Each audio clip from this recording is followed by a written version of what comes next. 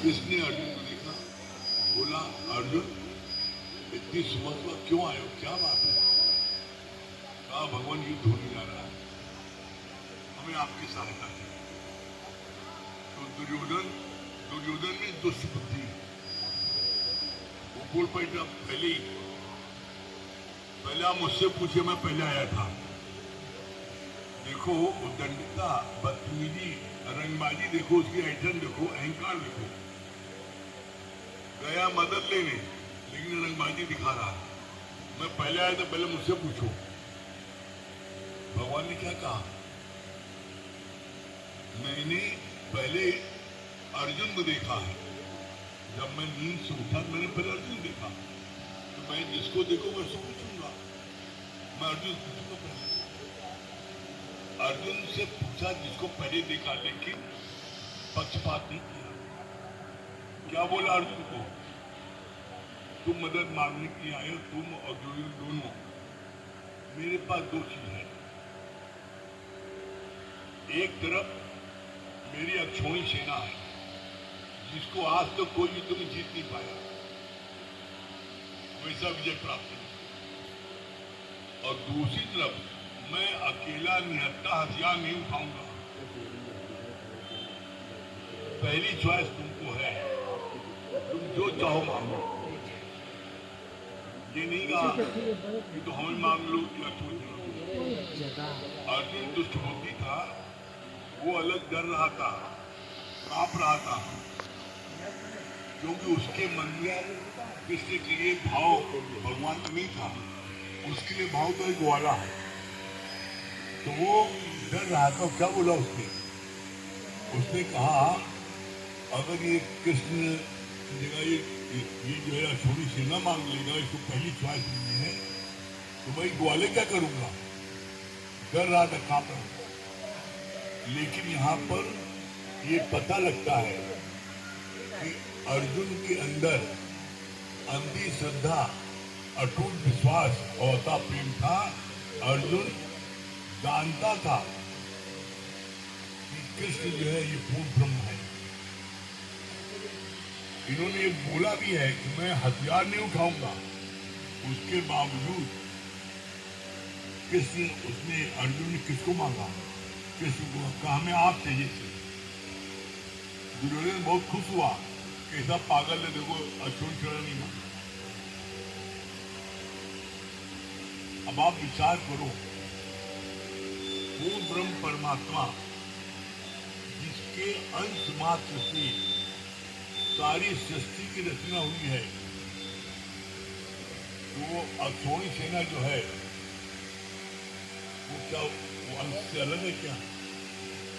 उसी अंश का एक पार्ट करना, तो क्या करने की, किसकी विजय हुई? अर्जुन विजय हुई ना। जब अर्जुन की तरफ, जबकि अर्जुन की तरफ अकेले एक अर्जुन ऐसा वीर था जो मुकाबला कर सकता था, बाकी कोई ऐसा नहीं था जो कौरवों की सेना से लड़ सके। कौरवों की सेना में ऐसे ऐसे महारथी थे जिनको कोई जीत नहीं सकता था। कर्ण जिनको कोई नहीं जीत सकता था, पांडवों की सेना में कर्ण को कोई नहीं जीत सकता था। भीष्म पितामह जिनको इच्छामित्र का वरदान था, उनको कोई नहीं जीत सकता था। गुरु द्रोणाचार्य जिन्होंने विद्या सिखाई, उनको कोई नहीं जीत सकता था। सारे महारथी होने के बावजूद और अक्षौणी सेना होने के बावजूद जीता कौन? अर्जुन जीता ना। क्यों जीता? जिसके पक्ष में भगवान स्वयं आ जाए तो क्या कोई दूसरा जी सकता है? इसीलिए आता है युगे युगे मैं प्रकट होता हूं, जन्म नहीं लेता। प्रकट होने में और जन्म लेने में फर्क है। प्रकट कैसे होना? जैसे आप अपने कमरे से मकान के बाहर निकले तो आप प्रकट हो गए। जन्म लेने के लिए 9 महीने माँ के गर्भ में रहना पड़ता है, नरकी कुंभ को सहना पड़ता है।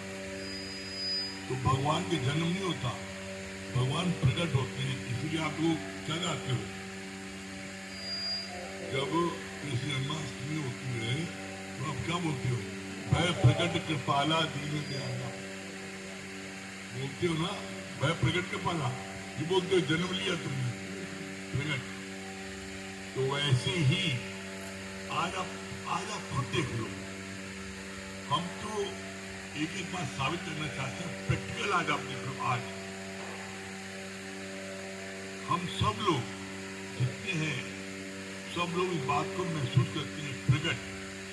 जैसे मोदी योगी प्रकट हुए, कितना विरोध होने के बाद भी, कितना विरोध होने के बाद भी कौन जीता?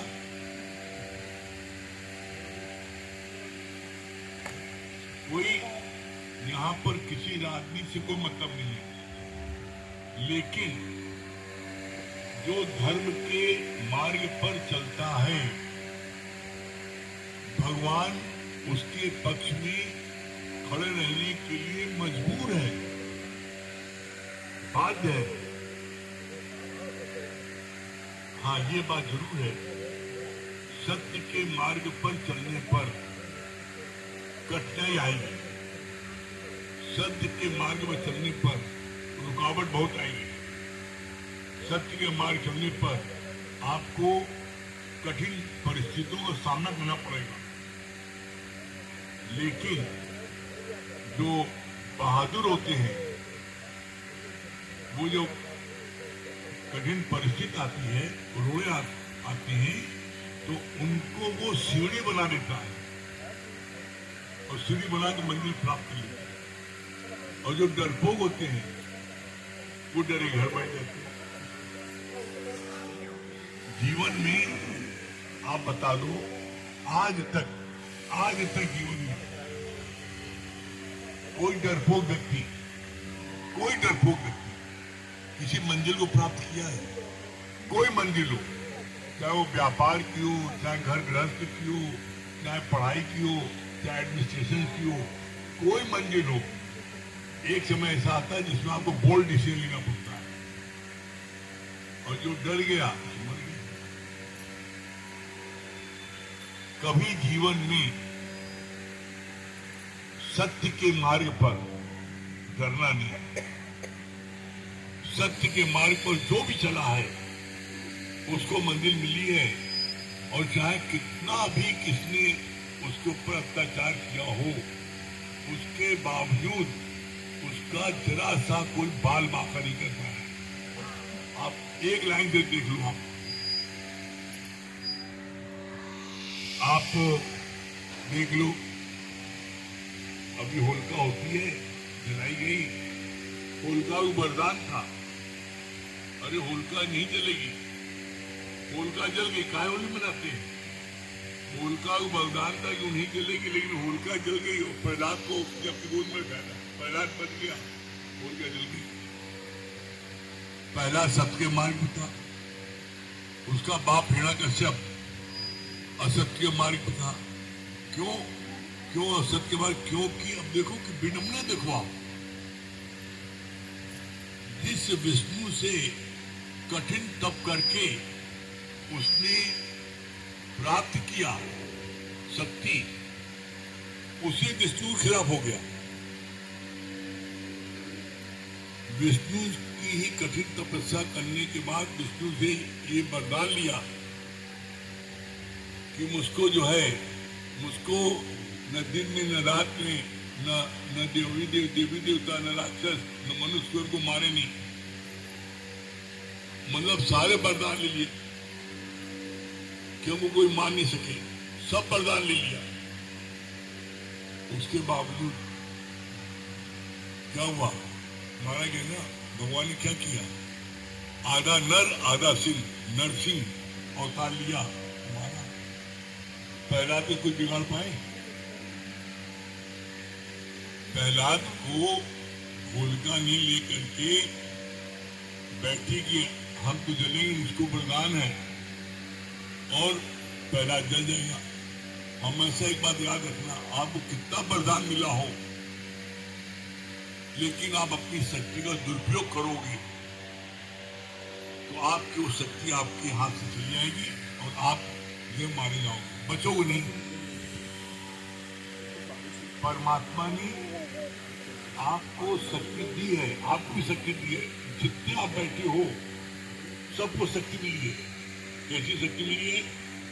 किसी को शारीरिक बल मिला है, किसी को धन का बल मिला है, किसी को ज्ञान का बल मिला है, किसी को बड़ा अच्छा खाना बनाने का मिला है, अच्छा, किसी को बड़ा अच्छा स्वर मिला है गाने का, भजन का, किसी को बहुत अच्छा एडमिनिस्ट्रेशन मिला है। हर एक के अंदर कोई ऐसा व्यक्ति संसार में नहीं है जिसके कोई न कोई गुण हो। एकमात्र जीवन में सतगुरु वो तुम्हारे गुणों को ढूंढ करके उसको उबारता है, उसको प्रकट करता है। बाकी दुनिया में सब डराते हैं, धमकाते हैं, सब बोलते हैं नालायक हो, बेवकूफ हो, उल्लू हो, कुछ जानते नहीं हो। कभी आज तक किसी ने बोला तुम बड़े लायक हो? अरे तुम्हारे माँ बाप ने बोला, क्या बोला? बड़े गधे हो, कोई काम नहीं कर सकते। अरे तुम्हारे बालों को उल्लू नहीं ना, हमेशा किसी ने कहा तुम बड़े होशियार हो, बहुत बुद्धिमान हो, तुम सब कर सकते हो। बच्चे क्यों आपके गलत निकल जाते हैं, क्यों आवारा निकल जाते हैं, क्यों गलत रास्ता पकड़ लेते हैं? कभी तुम लोग को प्यार से बोला, समझाया, बेटा तुम सब कर सकते हो, तुम सब कर सकते हो। कभी आपने उस माँ का रोल अदा किया? वो माँ, उसका बेटा इतना उद्दंड था पढ़ाई में, कुछ नहीं जानता था, तो स्कूल में उसको स्कूल से निकाल दिया गया और उसको चिट्ठी लिख के भेजी उसकी माँ को, तुम्हारा लड़का इतना नालायक है, इतना हुआ उद्दंड है, तो इसको स्कूल में यहाँ पर हम लोग नहीं रख सकते, इसको यहाँ से हटाओ, इसका नाम काट दिया। अब आप देखो करिश्मा, देखो माँ बुद्धिमान थी, माँ होशियार थी। बच्चे ने क्या बोला माँ ने? बेटा स्कूल में चिट्ठी आई है, पत्र आया है, बेटा तुम बहुत ही ब्रिलियंट हो, बहुत बुद्धिमान हो, तुम्हारे लायक कोई वहां टीचर ही नहीं इतना अच्छा पढ़ा सके। तुम इतने ब्रिलियंट हो, इतने होशियार हो कि तुम्हारी होशियारी, तुम्हारी काबिलियत इतनी अधिक है कि कोई तुमको हम पढ़ाने का टीचर ही नहीं। तो बोला प्रिंसिपल ने रिक्वेस्ट लेटर भेजा है कि तुम्हारे इस लड़के होनहार लड़के को जो है कोई पढ़ा नहीं सकता, इसको कोई अच्छा और स्कूल में पढ़ाओ। माँ इतनी गरीब थी, उसने जो है बासन माफ करके बच्चे को जो है दूसरे स्कूल में और वही बच्चा क्या हुआ, उसी बच्चे ने लाइट की इस आविष्कार की उसकी रचना की, उसने उसको क्यों? और जब माँ मरी तो संदूक में पत्र पढ़ा था, उसने पढ़ा, जब पत्र पढ़ा उसने तो फूट फूट के रो रहा था बच्चा। उसने पढ़ा, देखा कि लिखा है कि तुम्हारा लड़का इतना नालायक है, इतना उद्दंड है, यहाँ स्कूल से उसका नाम काटा जाता है, कोई लायक नहीं है। पढ़ा और जब फिर उसको अपनी माँ के वचन याद आए, माँ ने कहा था तुम बहुत होशियार हो, बड़े ब्रिलियंट हो, तुम्हारे लिए कोई टीचर यहाँ इतना काबिल नहीं है, तुम बहुत कुछ कर सकते हो। तब उसकी माँ का एक शब्द ये ऐसा काम आया कि वो लड़का कितना होशियार है। कभी अपने बच्चे को बोला तुमने ऐसे? हर समय बच्चों को गाली गलौज, और जो अनपढ़ माँ बाप रहते हैं, लड़के तो पैदा कर दिया 10 तो पूरी क्रिकेट टीम बना दी, लेकिन जब कोई बात होगी तो एक ही डायलॉग बोलेंगे, हम मर जाएंगे ना तुम लोग भूखे मरोगे। हम देख क्या करो, जितने पुराने लोग बैठे हैं कितनी बार गाली सुनी होगी। तो इसीलिए बोलते हैं हर राही को ज्ञान की जरूरत है। जब ज्ञान मिलेगा तो आपको शस्त्र का प्रयोग कहां करना है और शास्त्र का प्रयोग कहां करना है। अर्जुन युद्ध से भाग रहा था, भगवान कृष्ण ने उसमें शस्त्र नहीं उठाया। उस समय उसको ज्ञान उसको दिया, देखा इसका मोह इसको युद्ध नहीं करने दे रहा है, तो ज्ञान दिया कि तुम्हारा मोह जो है तुमको युद्ध नहीं करने दे रहा है, जबकि युद्ध तुम्हारे ऊपर थोपा गया है, युद्ध करने नहीं जा रहे हो। तुम्हारे घर में कोई चढ़ आए हथियार लेकर के मानने, और तुमको अहिंसा परमो धर्मा, आओ घर में तुम रहो, हम जा रहे घर के बाहर, तो ये तो काय डरपोक बुजदिल होगा वो कहेगा। लेकिन जो बहादुर है वो लड़ेगा, अपने दम तक लड़ेगा, चाहे जान जाए नहीं, लेकिन हम तो लड़ेंगे। तो अर्जुन को भगवान ने देखा इसका मोह इसको जो है युद्ध करने से भगाता है, बोला उसको युद्ध तुम्हारा थोपा गया है, युद्ध करना नहीं है। ज्ञान सुनने के बाद लोग ये गीता ज्ञान सुनने के बाद घर में लड़ने झगड़ने लगते हैं, 2 इंच जमीन के लिए, एक कमरे के लिए लड़ने लगते हैं। गीता में लिखा ना अपना हक लो, तो गीता में लिखा है, तो गीता में कभी आपने अर्जुन को अपनी जगह रखा? अर्जुन ने क्या बोला था? अर्जुन ने बोला था मैं अपने सगे संबंधियों को मार के ये खून से सने हाथों से मैं मैं भीख मांगना ज्यादा पसंद करता हूँ, मैं भीख मांग के गुजारा बसर कर लूंगा, लेकिन मैं अपने संबंधियों को मार के खून से सने हाथों से राज नहीं करूंगा। उसने युद्ध से मना किया था, तो घर में नहीं लड़ना मैं। जब कृष्ण ने कहा अर्जुन को लड़ो, ये धर्म युद्ध है, अभी तुम नहीं लड़ोगे, तुम्हारा मोह तुमको रोक रहा है, मेरे द्रोणाचार्य हैं, मेरे भीष्म पितामह है, मेरे भाई को मैं कहाँ मारूंगा, इससे अच्छा मैं भीख मांग के गुजारा बसर कर लूंगा, तुम्हारा मोह तुमको रोक रहा है। लेकिन ये तुम नहीं जानते कि एक वीर पुरुष के लिए अपमान वो मरने से बदतर है। जब तुम युद्ध नहीं करोगे तो लोग तुमको बोलेंगे अर्जुन जो डरपोक था, अर्जुन युद्ध भूमि से भाग गया, अर्जुन जो है निपुंसक था, जो ऐसी गालियां बकेंगे तो तुम्हारा छतरी खून खोलेगा और तुम लड़ने के लिए दौड़ोगे। उस समय धर्म युद्ध नहीं होगा, धर्म युद्ध अभी है, तुम्हारे दरवाजे में लड़ाई आई है। तो जब कभी कोई ऐसी बात हो तो बिना गुरु से पूछे नहीं लड़ाई झगड़ा करना घर पर, कितना भी हमें कम से कम मिले, हमें क्या है लड़ाई को अवॉइड करना है, हमें लड़ना घर नहीं लड़ना है। कैसे? और घर पर लड़ाई कभी नहीं होगी, कब नहीं होगी? जब आपके मन में एक भावना होगी, जब हमें जो भी हिस्सा है, जो भी अधिकार है, जितना है, हमें 50% नहीं चाहिए, हमें 45% चाहिए, 55% हमारे भाई मिल जाए। आप 5% से कम लेने के लिए तैयारी रहोगे तो अगले को 55 मिलेगा तो वो खुशी खुशी ले लेगा, कभी युद्ध नहीं होगा। लड़ाई होती का है नहीं, कभी ध्यान दिया आपने? लड़ाई होती सिर्फ है अगला चाहता हमें 55 मिल जाए और दूसरा भी चाहता 55 मिल जाए, तो 55 दोनों नहीं मिलेगा। अगर किसी ने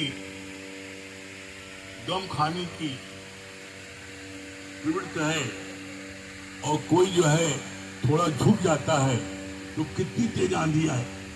आप देखो क्या है, हमारा शास्त्र क्या बोलता है? शास्त्र कब क्या बोला?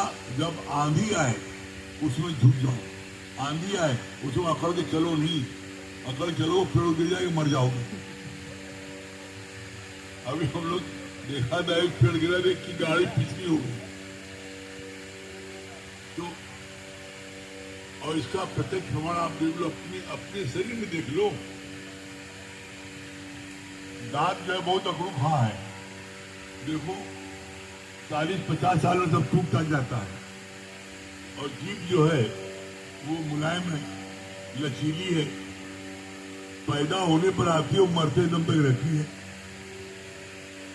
नम्रता, जीवन में हमेशा नम्रता धारण करो, नम्रता को संग निषेध करो। न मरता, जो नम्रता रखता है जीवन में वो कभी नहीं मरता। आज आप देख लो, जिन लड़कियों की शादी होती है और वो सिर्फ नम्रता ससुराल में जाती है, सिर्फ साल 2 साल रास्ता कैसी चलती है, मैं बड़ा इच्छुक रहा, और वो साल 2 साल सिर्फ नम्रता भाव में सबकी आज्ञा में रहती है, झुकती है, बोलती है, प्यार करती है, वो घर में रानी हो जाती है। वो घर में रानी हो जाती है। क्यों? क्योंकि उनको हर कोई मानता है, और जिसने झुका नहीं, मुड़ा नहीं और अकलबाजी दिखाई तो क्या परिणाम हुआ? पूरे परिवार में सफाला नर्क मूल अभिमान। दया मीन्स करुणा। हर एक के लिए करुणा रखो, ये ज्ञान मिले, आनंद मिले, शांति मिली, हर एक के लिए मन में भाव रखो। नर्क मूल अभिमान, जिसने अभिमान किया उसको नर्क जाना नहीं ना, नर्क में बैठा है। क्यों बैठा है? अभिमानी व्यक्ति के पास में कोई खड़ा नहीं होना चाहता, अभिमानी व्यक्ति के पास में कोई मिलना नहीं चाहता, और एकमात्र भगवान का भोजन क्या है? अहंकार। अरे तुम्हारी क्या हस्ती है? रावण जो है महाबली, महापंडित, अहंकारी था, उसका अहंकार रह पाया? जिसने भी अहंकार दिखाया, इसलिए जीवन में कभी अहंकार नहीं दिखाना, नम्रता। हर एक के आगे झुक जाओ, क्या जाता है झुकने में? और ये बात अपने जीवन के अनुभव से कह रहे हैं। आप जितना झुकोगे उतना आप सबके प्यारे हो जाओगे, सबके दुलारे हो जाओगे, सबकी आंखों के तारे हो जाओगे। और झुकता हुआ जो बड़ा बहादुर होता है, डरपोक नहीं झुकता। डरपोक क्या करता है, और आप देख लो, जो एकदम टिटी होगा, तेज हवा चले तो जाए गिर जाए, लेकिन गुस्सा दो कितना तेज होता है, खूब तेज एकदम। और जब गुस्सा होता है तो वो हिलता रहता है। जो गुस्सोर व्यक्ति है, देखो आप, जब वो गुस्सा तेज करेगा तो खुद ही हिलता रहेगा, उसकी आंखें लाल हो जाएगी, हाथ पर कांपने लगेगा। उसकी क्या दशा होती है? बड़ा अच्छा बोला गुरुजी ने, कहा क्रोधी व्यक्ति को नर्क जाना नहीं पड़ेगा। क्रोधी व्यक्ति बड़े खुश हो गए, अरे वाह बढ़िया, वाह गुरुजी क्या बढ़िया आपने ज्ञान दिया, लेकिन कहा नहीं जाना पड़ेगा? कहा नरक में बैठा तो कहां जाएगा? क्रोधी व्यक्ति नरक में बैठे ही है। तो जीवन में क्रोध नहीं करना, हमेशा नम्रता, झुकना, मुड़ना। आप देखो, अपने शरीर के अंग से देखो, आप अपने गहने पहनती हो, महिलाएं पहनती, चूड़ी पहनती, कंगन पहनती हैं, जब मुड़ता है तब हाथ शोभा बनता है ना, जब अंगूठी मुड़ती है तब उंगली शोभा बनती है ना, गले का हार जब मुड़ता है तब गले का शोभा बनता है ना। जब जो भी मुड़ गया वो जो है वो आंखों को तारा हो गया, और ये गले का हार हो गया। और जो नहीं मुड़ा, कौन नहीं मुड़ता है? अकड़ना तो मुर्दे की पहचान है, अकड़ना तो मुर्दे की पहचान है। और आप देखो, प्रकृति सीखो, जो पेड़ में जितने अधिक फल लगे होंगे उस पेड़ की डाली एकदम झुक रहती है, बच्चे भी तोड़ने कोई तोड़े, और जो जिसमें कोई फल नहीं है, ताड़ का पेड़ एकदम अकड़ा खड़ा है। अकड़ता वही है, बोला अकड़ना तो मुर्दे की पहचान है, और झुकना ये भगवान की पहचान है। आप देखो, भगवान कृष्ण, भगवान राम, जो सर्व सारी शक्तियों से संपन्न थे, लेकिन उन्होंने पहले हमेशा झुका है। राम समुद्र के आगे 3 दिन तक विनती किया। राम ने रावण को प्रार्थना किया, मैं तुम्हारे पहले सोचा था समुद्र कौन पार करेगा, तब भी उसको कहा नहीं, मेरी सीता लौटा दो, ये तो नहीं होगा। हर एक में अर्जुन को देखो आप, जो है भगवान कृष्ण देखो, दुर्योधन को उसके पास समझाने के लिए अंतिम दिन तक गए, बेटा युद्ध नहीं करो, पांडवों का हक होता है पूरा राज्य मिलना, तुम्हारी शर्त हिसाब से पूरा राज्य नहीं देते, अच्छा आधा दे दो, अच्छा आधा नहीं देते मात्र 5 गांव दे दो। लेकिन चूंकि वो दुष्ट बुद्धि था, अहंकारी था, क्या बोला, सुई की नोक के बराबर भी जगह नहीं दूंगा बिना युद्ध करे। तब भगवान ने कहा मारो इसको। युद्ध कब करना है, जब आपका अस्तित्व ही संकट में आ जाए, तो आपको लड़ना है। अब आपके घर में कोई आ जाए, 10-20 बदमाश कितने भी आ जाए, आप घर ट्राई कर दें, आप 10-20 नहीं 25 को जान से मार दो, कोई गुनाह नहीं ना। आप अपनी आत्मरक्षा के लिए हथियार उठाना, राज्य को बढ़ाने के लिए नहीं कि हमारा राज्य और फैल जाए, राज्य फैलने के लिए हथियार नहीं उठाना है, शस्त्र को उठाना है। कब, जब आपकी अपने ऊपर आ जाए। इसलिए बोलते हैं सेल्फ डिफेंस। सेल्फ डिफेंस में आप कितनों मार दो कोई गुनाह नहीं है, लेकिन आप अपनी राज्य को बढ़ाने के लिए आप एक कभी खून करो, उसकी सजा है। और इसका आप सामने प्रमाण देख लो। सोल्जर्स, मिलिट्री के सोल्जर्स अपने देश की रक्षा के लिए हजारों को मार देता है, बम मारता फेंकता है, सब कितने मर जाते हैं, उसको परमवीर चक्र मिलता है। बड़ी बहादुरी से रहा। राज्य बढ़ाने के लिए तुमने युद्ध किया, साम्राज्य बढ़ाने के लिए, ये आत्ताई है। ये राक्षसों को देवी संपदा और आसुरी संपदा, देवी संपदा जो है वो किसी पर प्रहार करती नहीं है, आसुरी संपदा प्रहार करती है। तो कभी आसुरी संपदा में नहीं आना, देवी संपदा में। और देवी संपदा वाला हमेशा प्रसन्नचित शांत रहता है। आप देखो भगवान विष्णु देखो क्या है, क्षीर सागर में टांग रख के आराम से मस्ती में मुस्कुरा रहे हैं। तो अगर आप भी धर्म के मार्ग पर चलोगे तो आप भी भगवान विष्णु का क्षीर सागर में मस्ती से आप मस्त रहोगे। भूल के भी आप किसी को चाहना मत करना बस। ये बात अपने जीवन के अनुभव से कह रहे हैं आपको। भूल के भी किसी से कोई एक गिलास पानी चाहना नहीं करना बस। आप अपने धर्म के कार्य में लगे रहो, चाहना मत करो।